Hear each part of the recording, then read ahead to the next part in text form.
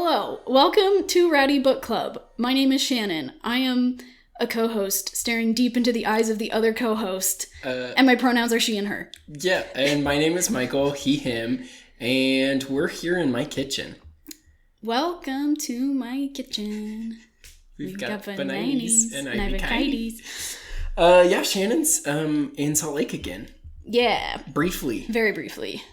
And then I'm yeeting myself to Sweden. Yes. How are you feeling about that? So happy. I mean, our visa came just this morning. Yeah. It's been a couple months. I've been getting very nervous. It finally came. I'm so happy. So yeah, I'm finally like, okay, this is really definitely 100% happening. I have the visa. And it's like you've got everything packed and ready to go. I know you Mostly. got all your packing snaps. So. Oh my gosh. Yeah, it's like I have all this stuff. It's like it's just a giant mess in the room we're staying in at my parents' house, but like... So all your stuff, so you were moved out of California? Yes, all of our stuff is out of California. Oh my gosh, that was a nightmare. Especially because some of our stuff we're sending to Sweden. Yeah, so how much of that is gone? So we use this service where you can like just load up like a pallet. Oh, okay. So we didn't even fill it up all the way. We could have taken more stuff, but... And then you just say, here's my stuff. Take it to Sweden. And you just hope that it gets there. I really just hope that it gets there. Oh that's my gosh. Stressful. It's really stressful, especially too, because it's like all those things are like, okay, here's all the things that we value enough that we're going to try to take with us to a foreign country. Yeah. Sure hope they don't get lost in the ocean. Yeah. There was this one website I looked up that... And I only saw it on this one site, so I'm like, I don't think this is real. And I tried to look up to see if this was real, to see if there's anyone else saying this. But they were like... If your shipping container falls into the ocean, the workers have to shoot it so it will sink. And I was like, what? But that's nonsense? Well, I don't know. I tried to look it up, like shooting shipping containers when they fall off the boat or whatever. I tried a few different searches and all I could find was that one website. I'm imagining it like a horse. You're like, it broke its leg. Yeah. Shoot it. Yeah. Which, like, I can kind of see the logic of it. You don't want, like, a floating shipping container for another boat to hit or whatever. Yeah, okay, that makes sense. But in my head, I was like, that's completely, like, why would you do that? But yeah, okay, that makes sense. No, I do think it's very strange. And it is not very likely. I'm sure our stuff will get to us just fine, but I am also nervous that it's going to take, like, 7 months, which is very likely. There's, like, no ETA? I mean, on the website, they're just like, thanks for your stuff.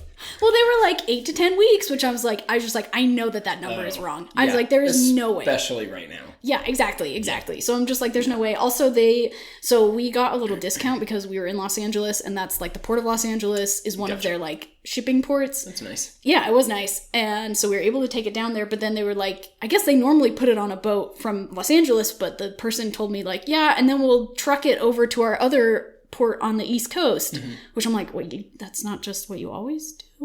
So I guess that's out of the ordinary, and that's because of like supply chain situation. Yeah. TM. Yeah. So interesting. Yeah. So for our listeners, like scale of 1 to 10, how difficult is it to like prepare to move to another country? In your opinion? I mean, I feel like I can't fully answer yet because I'm not there yet. Yeah. But I mean, I would say like probably a 7 or an 8.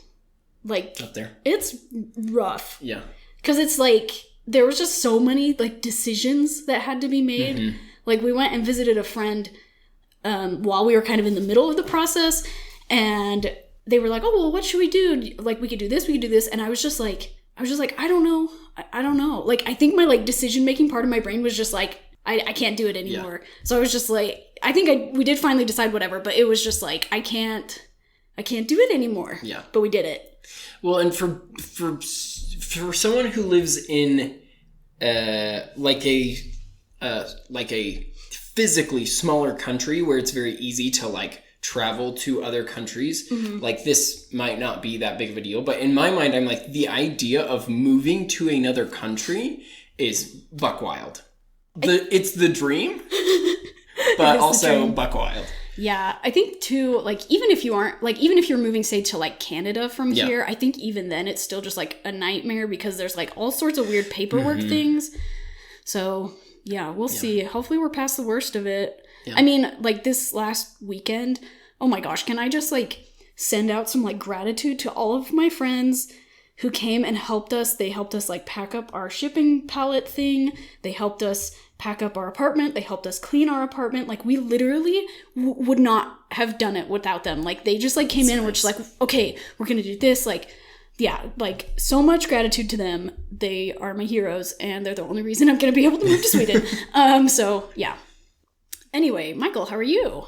I'm good. My life is still mysterious. Woo-hoo. And it will remain mysterious until I have good news. Because right now, the mysterious part of my life is not fun. And so I'm going to keep it that way. Instead of just being like, here's the poop that I'm living in. No, my life is good. Yeah. There's always something. Pretty much. Oh, you know what? I'll just jump into recommendations because we were talking about Dune. So yeah. My boyfriend and I watched Dune yesterday for Valentine's Day. How romantic! So romantic. The romantic tale of a mother and son who have some very weird energy together. Yeah. But did you see Greatest Showman? No. Oh well, never mind. I'm pretty sure that lady is the like singer lady, like the opera singer lady. I don't know. Okay. That means nothing to me. Never mind. Anyway, Dune is my recommendation. Here's the thing. I know nothing about the books. The only thing I know about Dune is Noah. Oh, yeah. A guy that we went to school with really likes Dune. That was what I had. And then based off of the trailers, one, I'm not like a huge fan of Timothée Chalamet.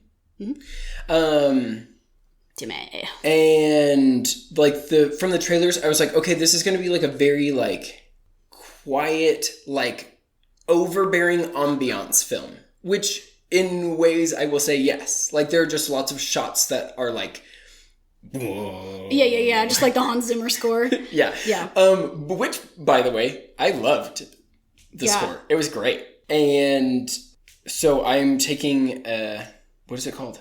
That online course, Schoolism. Oh, yeah. So I'm taking an online Schoolism course, and it's this painter whose name I totally forgot, so sorry.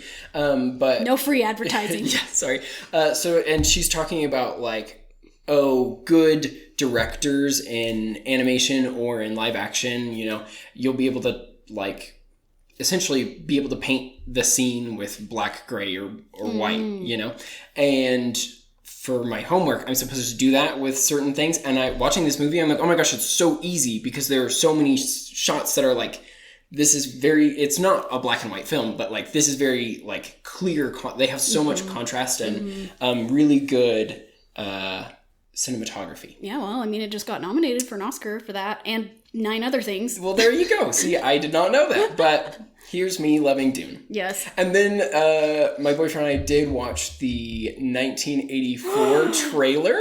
We didn't watch the movie, but after the trailer, I don't think we can. Oh my gosh. Have you seen it? No, I have not. My husband has watched clips of it. I feel like, I haven't seen it. I feel like, okay, I have so many thoughts on this. Is this just going to be a Dune podcast? Maybe. I was going to say too, I feel like we talk about Dune, or like it gets brought up like every episode. Yeah, we have mentioned it.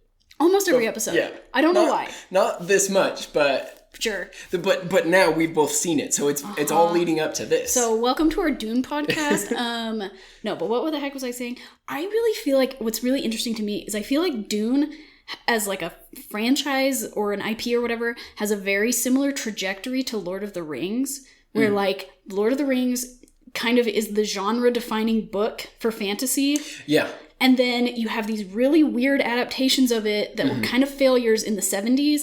And then you have like the magnum opus of cinema that is the Peter Jackson trilogy. And then garbage. So you're saying that like this is... And Dune is kind of the sci-fi equivalent of that, where it's like... I mean, because Dune really did define a lot of science fiction, or like modern science fiction, or like, I don't know, operatic science fiction. I don't know, you could... Whatever. It's a very like seminal work in science fiction. Yeah. And then you have this weird David Lynch film in the 80s, and now you have the new Dune film that's been very well received. I guess we'll have to see what happens with the next Dune films, if this will like hold up. Yeah. But I hope so. I hope so too. Like I actually really hope that the director or the writers or whoever can figure out a way to like fix Dune, the books, because the first Dune book is amazing. And then the rest of them are Really? not very good. I think he was like, because Frank Herbert, the author, it took him like 20 years or something to write the first one. And then it was so successful. There was like, I think he was kind of rushed. Pressured to just finish them. So he did these other books and they just like weren't as good. He probably needed more time to like really flesh them out or something. Yeah, so hopefully they take a little bit of liberty. Yeah, and like fix it and like have something that's like conclusive and satisfying. Because like I haven't actually read, I've only read the first one. But my husband has read the second one and he's kind of like, He's like, I don't think I'm going to read the rest of them. And he's like, and I asked if he thought I should read them. He's kind of like, you can. So yeah, so I hope that this can like be a good direction, blah, blah, blah, whatever. Anyway. We liked it. Yeah. We like Dune. It's a very good movie. It's a very good book. Yeah. What about you? Recommendations or things that you're loving? What is that? Is that the fridge? Oh my gosh. Yeah. Okay, well. It's so loud. That's okay. Well, you can just enjoy it just feels like you're in the kitchen, everyone. Welcome you're to with us. Kitchen ASMR. I was going to say, should I start like cooking? Yeah. Cooking sounds. And I'll whisper recipes. I don't know. I don't really know how ASMR works. 1 stick of butter. 2 eggs. But then you have to like get the eggs and like tap them near the microphone or something. I don't understand. ASMR doesn't work for me. Maybe because I'm asexual. Is there a connection there? Well, like when most people listen, as I understand it, people who like ASMR, they listen to it and it gives them like little tinglies or something in their body. Oh yeah, but for me it's like an ick tingling. I'm like, ew, please stop. Okay, sure. But I'm saying like when I listen to any ASMR stuff, I don't have any reaction. Interesting. That is an interesting thing that you say, because I was listening to an episode of Mabim Bam, a very old one, and they start talking about ASMR. And Griffin is like, there is no way that ASMR is not inherently sexual. He's like, it's a very intimate thing that you're like getting, like, because it's essentially like this person is very close to you whispering or whatever. So maybe you're right. Yeah, someone do a study or something. The magic ASMR powers don't work on you. Yeah. I also don't have a true laugh. Do you know that weird game that everyone does at like scout camp? Yeah. Wait, so when someone does it, are you just like stone-faced? No, I just like, it's just the air comes out. I don't like... You laugh. I don't laugh. That's so funny. I absolutely love doing that because, one... I love hearing other people's. Yes. I'm sad that I don't even have one. It's weird to me because I'm like, what? Like, why does that fit, like, that physical thing of, like, being squished make you laugh? Yeah. I don't know. Fear response. I don't know. I'm laughing because I'm so happy because I'm gonna I didn't die. Yeah, right. Wait, okay. Tangent. This episode's gonna be great. Have you seen The Crucible? The one with Winona Ryder? Yes, of course. Okay, the part where they're putting the, like, rocks on the guy. It's been a very long time. Okay, well, this is... I saw it last in high school, so I also don't remember very much of it. But there's a guy who's, like, being tried for witchcraft or something, and part of their, like, execution / like... I don't know, it's like, if he confesses, then they'll stop, but he's, like, refuses to confess, and so they, like, keep putting these, like, big, like, rocks on him, and he just keeps being like, another, like, he's just like, no, I'm not gonna confess, like, let's just get this done. Yeah. I'm gonna die, whatever. What if, I'm just imagining that scene, but then he's like, another, and then they, like, put it on him, and then he just starts, like, true laughing. He's loving it. Vibe killer. I can't remember his name. I don't know if they, like, I don't remember this guy's name in The Crucible, but that, like, there is a guy that was killed during the Salem witch trials from being crushed to death. Okay. I think he does confess, and then he died like a couple days later because, you know. Because he got a bunch of rocks on him? For being a witch. Whatever.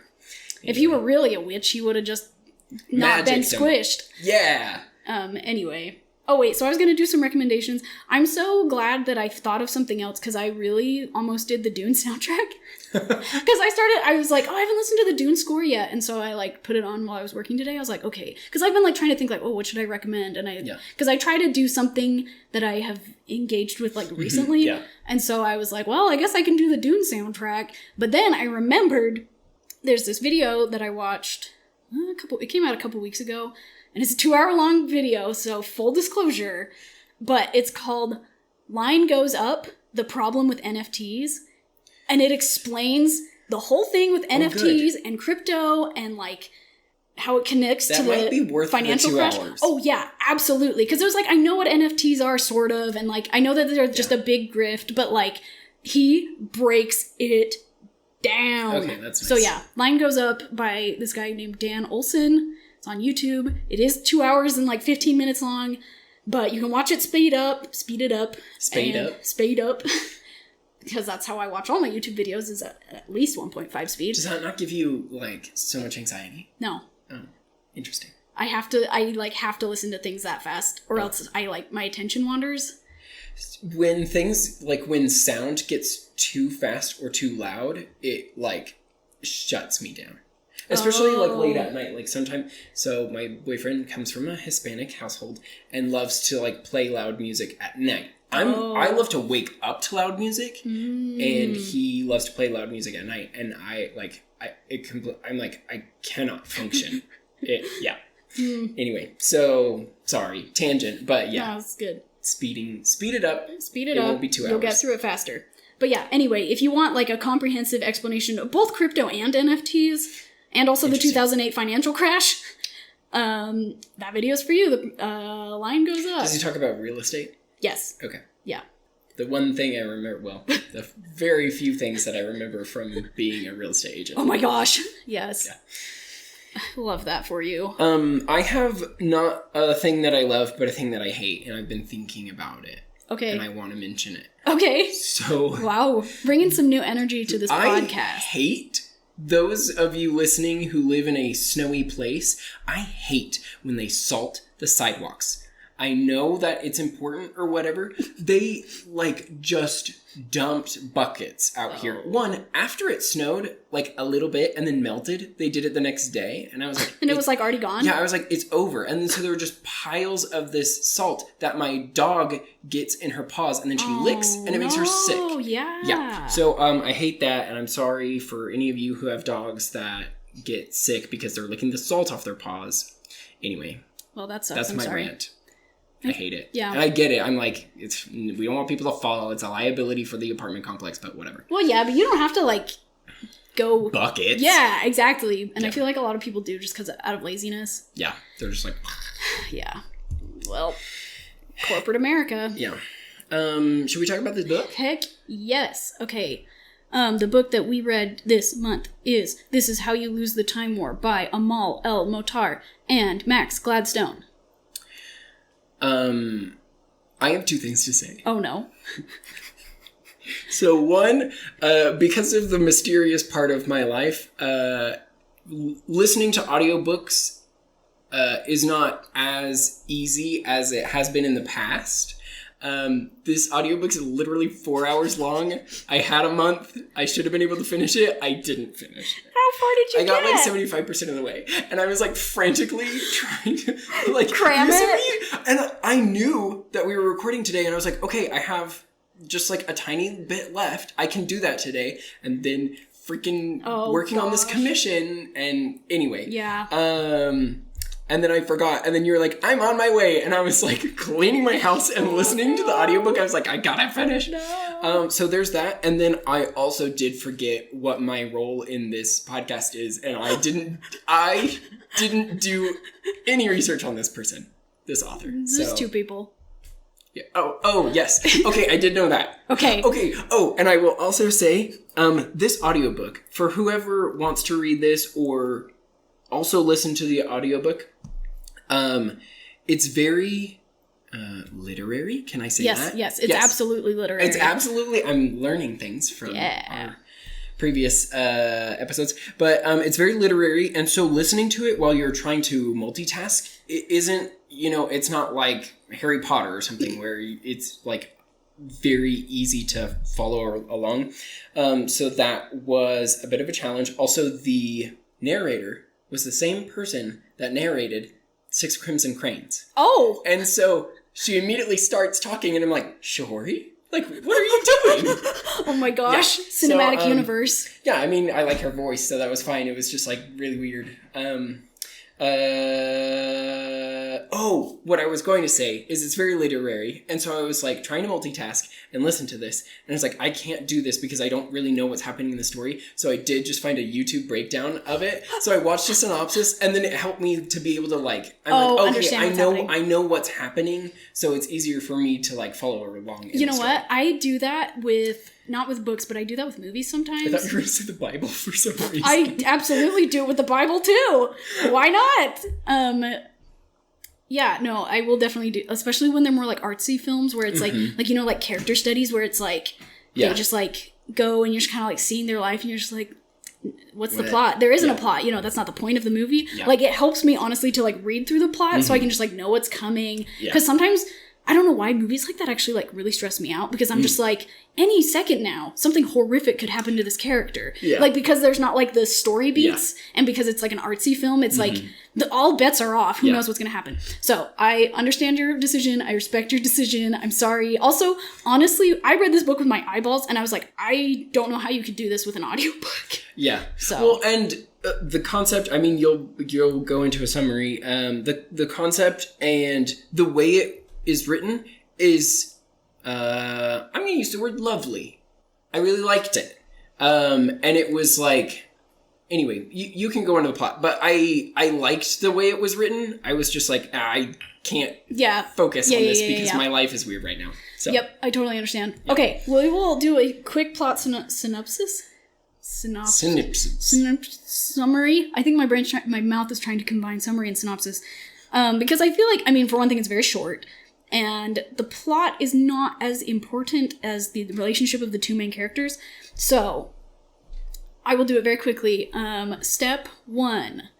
You have these two characters who are on opposite sides of this time war. They're traveling to and fro, back and forth into the past and future of humanity, doing all these little like things, kind of like chaos theory, like, oh, I've come back in time to make sure that these bones are arranged such that when the wind blows through them, it will chime in a way that will cause this monk to hear it and to become enlightened and then do this stuff. And, it's kind of like... It's actually like very butterfly effect. I really liked it. Yes. Yeah. And so, but while this is happening, the two characters, so it's Red and Blue, they keep thwarting each other and then they keep writing each other letters. First is sort of like a taunt or a challenge. And then later, their relationship develops, and it's kind of one of those stories where it's like, we have more in common with each other as foot soldiers than, like, we do with our own side of, like, the generals and stuff. And these two characters, they fall in love with each other, and Harold, they are lesbians. And we love that for them. Yep. And so then they are going back and forth, and then Red, like, tells Blue something about her life, and then Blue realizes that this was a time when her side actually tried to kill her, and so Blue goes back in time and saves Red from dying because they're, like, falling in love with each other, and then Red returns the favor, and that's kind of the climax, and then... So things are just sort of, like, they're trying to, like, hide this relationship as it's growing, but then, like, their two sides kind of figured out, and then it sort of ends on, not exactly a cliffhanger, but, like, kind of like, okay, we are getting out and we're just going to try to like escape this war together, but you don't. It's kind of like the ending of The Giver a little bit, where it's like you have a finality, but it's like the story is definitely going to go on, but you probably aren't going to ever see it. Although I guess there is a sequel to The Giver, which is weird. Don't love that. I don't either. Anyway, so that is the summary. Because I didn't finish it, the end is they get away. Yes. Okay. Yes. Because where I left off is like the, I can't remember what its name is, but essentially like the commander or whatever. Oh, the commandant? Yes, is like talking to Red and they're like, we found this person that's like intercepting you and they're trying to like get in your brain and mess with you, and that's as far as you got? That's as far as I got. Yeah, because then what happens is that Red is tasked with creating a letter to send back to Blue that will kill her. And then she does that, and as she's writing the letter, she like writes this other letter on top of it that's even more subtle, that's like, stop, don't do this. Yeah. She's like trying to get Blue to not do it, and then but Blue is like, if I don't do this, then they will see through you and they will kill you. So I'm gonna fall for it, even though I know I'm not supposed to. Also because I just want to hear from you. And it's So sappy and romantic. What a good February read for us. Very Valentine's-y. Yeah. Okay. So, well, I'm glad they get together. Mm-hmm. Also, there was something that made it difficult for me to listen to because their names were just Red and Blue. Oh, yeah. Which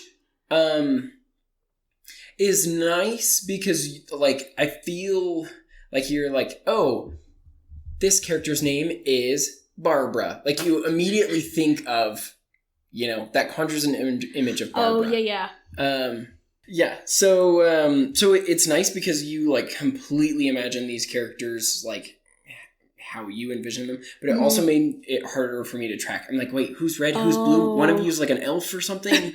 One of you, something about a garden? I don't... Yeah, the blue side is garden. I don't know if the red side has a name. Wait, so who's the elf? Blue. Okay. Honestly, okay, and this is maybe getting a little ahead of ourselves with, like, casting. I was, like, trying to think of casting, but honestly, as I was reading the book, I realized that, like, one, I don't really imagine what the characters look like very much. Yeah. In general, just me as a reader, but, like, especially with this book. But two, I was just, like, I was kind of waiting for this, like, with multiple things, I was kind of waiting for this other shoe to drop. Mm-hmm. And part of me wondered, like, oh, what if red and blue are, like, literally the same person? But, like, from two alternate timelines where one of them is where Garden wins and the other is where the red team wins or something. So I was like, I kept waiting for it to be revealed that they were, like, the same person or something. And so in my mind, I was like, Cate Blanchett. Like, they're both just Cate Blanchett, but one of them, it has, like, her, like, sharp, like, communist haircut from Indiana Jones, and the other one is, like, Galadriel. Okay. But with dark hair, because I think they say the blue has dark, like, long, dark hair. So just, like, dark-haired Galadriel. So that's probably not very creative on my part, but I will say the other image in my mind for red was just straight up Carmen Sandiego. So, look, people, I am sorry. Whenever I hear red and blue as characters, I immediately think of Pokemon. So first I imagine red and blue from Pokemon, and then I imagine, I'm pretty sure I've never played Halo, but I think there's a red and blue Red versus Halo. Blue? Yes. It was like a show. Yeah. Some YouTube something or other. Yeah, it's a YouTube thing. And then I thought of, I don't know if you know anything about the League of Legends Netflix thing, Arcane?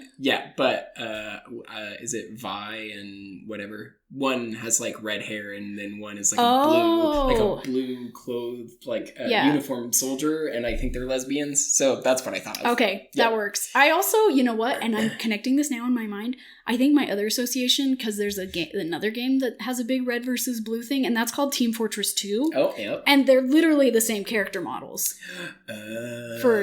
Or almost. I think there might be a little bit of outfit difference between the two sides, but they're, like, almost identical. Yeah. So that might be part of it, too.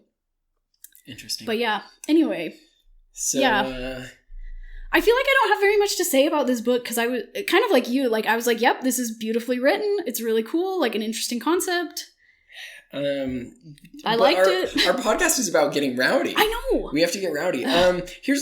I'm gonna reiterate the fact that it was hard for me to listen to while I was doing other things. You tell him, Michael. That's what I have to get oh my gosh. About. Our hair is red and blue. Our hair is red not very directly. Oh, hey, listeners, I dyed my hair pink. Yeah, and my Shannon hair has been blue for a while. Yeah. But so now we are red and blue, and we are lesbian time wizards. Yeah, and we're gonna do something. I don't know. We're gonna run away and blow up the time.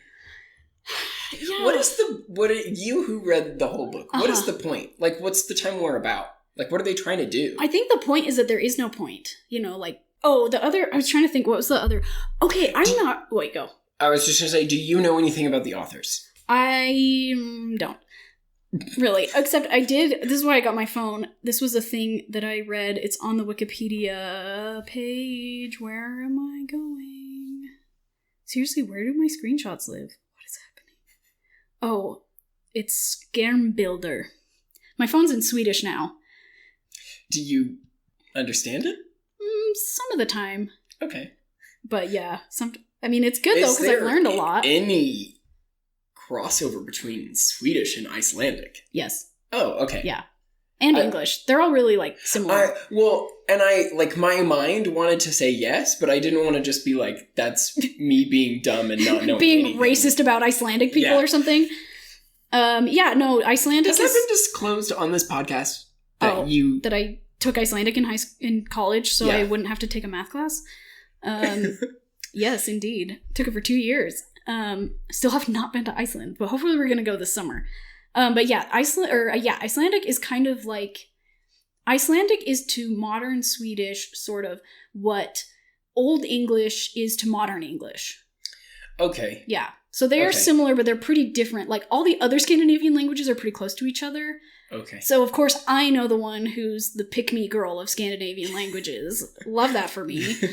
Anyway, actually, it's gotten me into trouble a few times. I mean, I'm not even in Sweden yet, but my husband, who has just been learning Swedish, and only Swedish, knows things better than me because there will be words that I'm like, so stad means city in Swedish, but in Icelandic, it means place. Anyway, here's all that I know. Red's letters were written entirely by Gladstone, and Blue's by L. Motar. Although they wrote a general outline beforehand, quote, the reactions of each character were developed with a genuine element of surprise on receiving each letter, and the scenes accompanying the letters were written using that emotional response. I love that so much. Right? Yeah. Yeah. I'm not sure about, like, the non-letter sections, if those who wrote, if they also, like, separated it or not, but yeah. It's really fun. Yeah, I think that's a cool way to do it. Like, if you're really gonna, cool like, way to do it. Be two authors on a book. Yeah, and it brings, like, a sense of, like, genuine...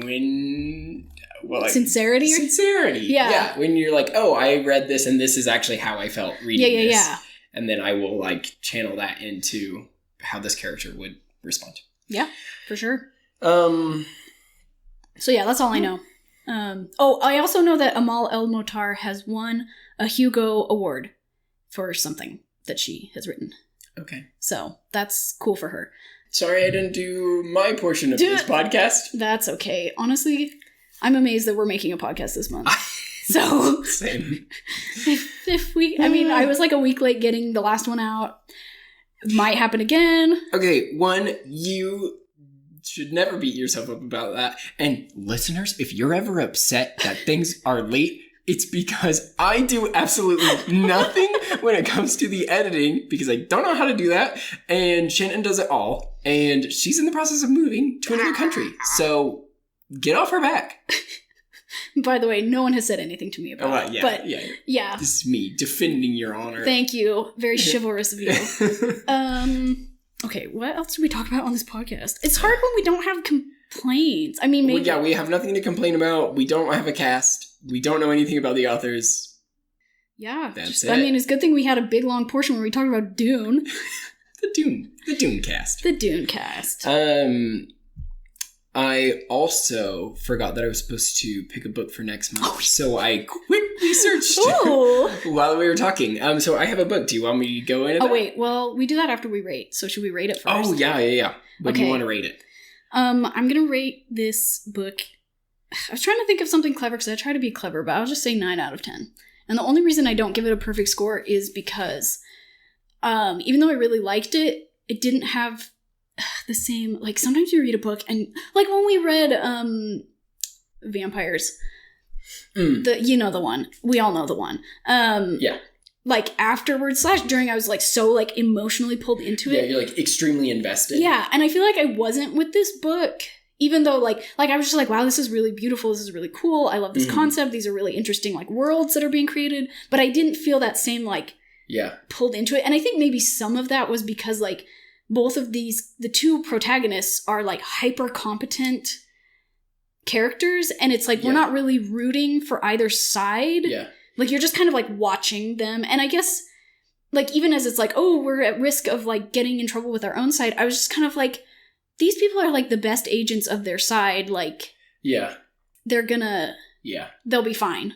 Well, and two, it's like they are, like, hyper-intelligent future beings that are almost like gods. Like, perfectly robotic. They're like, everything I do is perfect and calculated. And so you're like, I don't I don't really relate to you emotionally because you're not doing a whole lot of emoting. Right. You know? Yeah.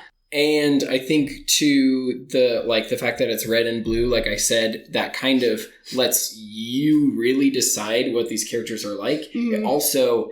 It almost like further distances them from feeling like a very real human. Right. So. Right. Which I think is kind of the point. Like I immediately felt like, oh, this is the future. They're soldiers. Like, they don't really have their own personality. Right. They don't get to have their own personality. Right. They're not allowed to, which is I think that kind of like makes the fact that they do end up getting free. They're like, oh, now they get to be more than they can just do whatever blue. they want. Yeah. And so yeah, for sure. Oh, this did remind me. The other thing I was going to say, the other shoe I really kept waiting to drop. I honestly was like, is one of them going to betray each other?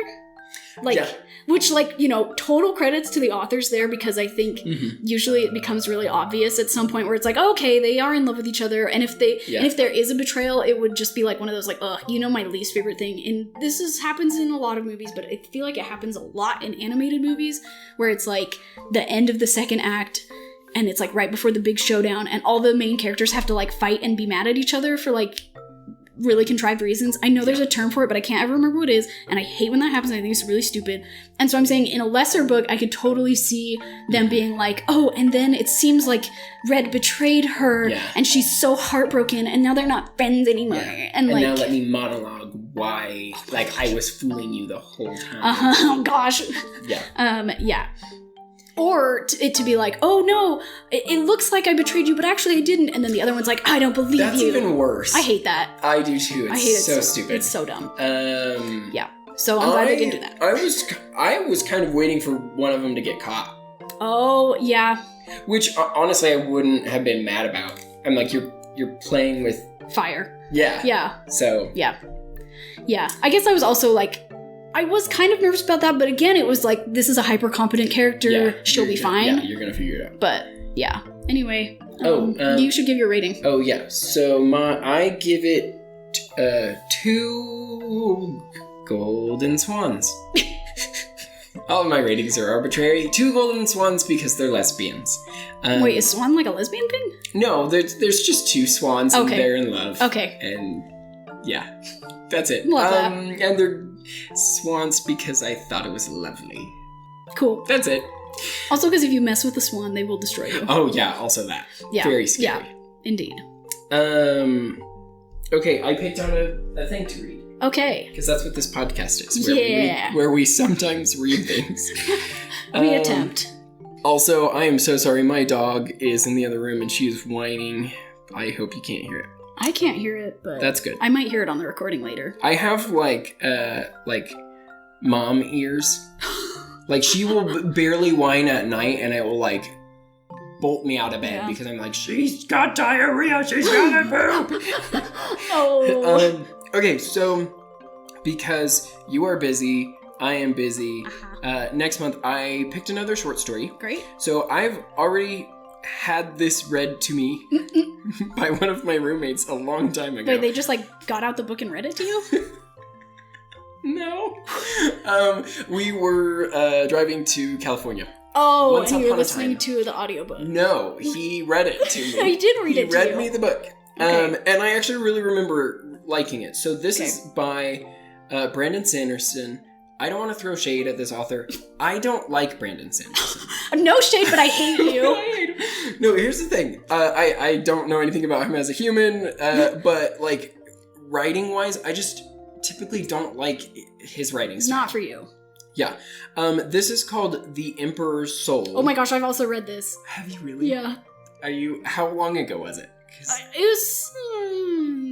Because this was years ago for me. Yeah, I think me too. Are you okay reading it again? Yeah, that's fine. I just think it's... when you were like, this is a Brandon Sanderson short story, I was like, it's going to be The Emperor's Soul. I remember, like I said, I'm not normally a Brandon Sanderson fan, but I remember...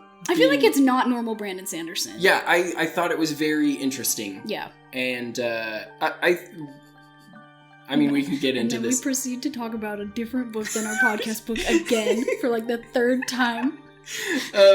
Anyway, so we'll talk about it next month. But The Emperor's Soul by Brandon Sanderson is what we will read for March. March is the month that comes next. Indeed. Yep. Okay, great. Can't wait. Yeah. I mean, that's good too, because then if we run out of time and don't read it, we can both like go back in time to our memories and be like, okay, but I remember when I read this X many years ago, this happened in it. So it won't be like totally unprepared. I would really have to dig deep because I don't remember much from it. Okay. Yep. Cool. Yeah, I'll probably read it again and be like, oh, I forgot about all these things, so. Yeah. Same. Nice. Great. Well, thanks for listening, everyone. Hey, follow us on Instagram. Oh, yeah. At Rowdy Book Club. At Rowdy Book Club. We also have a Twitter. I think I've only updated it twice ever. So don't follow us on that because Twitter's a bad website that no one should use. Also because I don't use it. And we have a YouTube channel. We do have a YouTube channel that I am pretty good about posting on. And that is just Rowdy Book Club. Just Rowdy Book Club. So like our stuff. Subscribe and whatever. Yeah, like and subscribe and hit the bell. We are very bad at. Yeah. No, I was listening to a podcast sometime recently, and it was like at the end of the episode, they're like, "Oh, you can find us on all these networks." I was like, "Oh, we should do that on our podcast." Yeah, that's exactly why I'm glad you remember that. We need to get in the habit of doing that because I'm sure that would help boost retention or whatever people talk about. Yeah. You know, if you've gotten all the way to the end of the podcast, why don't people plug at the beginning? Right. I don't know. So Rowdy Book Club on Instagram and YouTube. Go like our stuff, subscribe, rate, review. Yeah, rate us on Instagram because that's a thing that's possible. Yep. Leave us a comment that is not a spam comment being like promoted on at whatever. Yeah, please don't do that. Oh, also, I've said this before, but if you have a book that you would like us to read, let us know. Yeah. DM us on Instagram. Yeah. And maybe I'll see it. And maybe Shannon a month later. But, yeah. Yeah. Thanks for listening, everyone. Heck yeah. Keep it real. Climate change bad. Bye. Bye.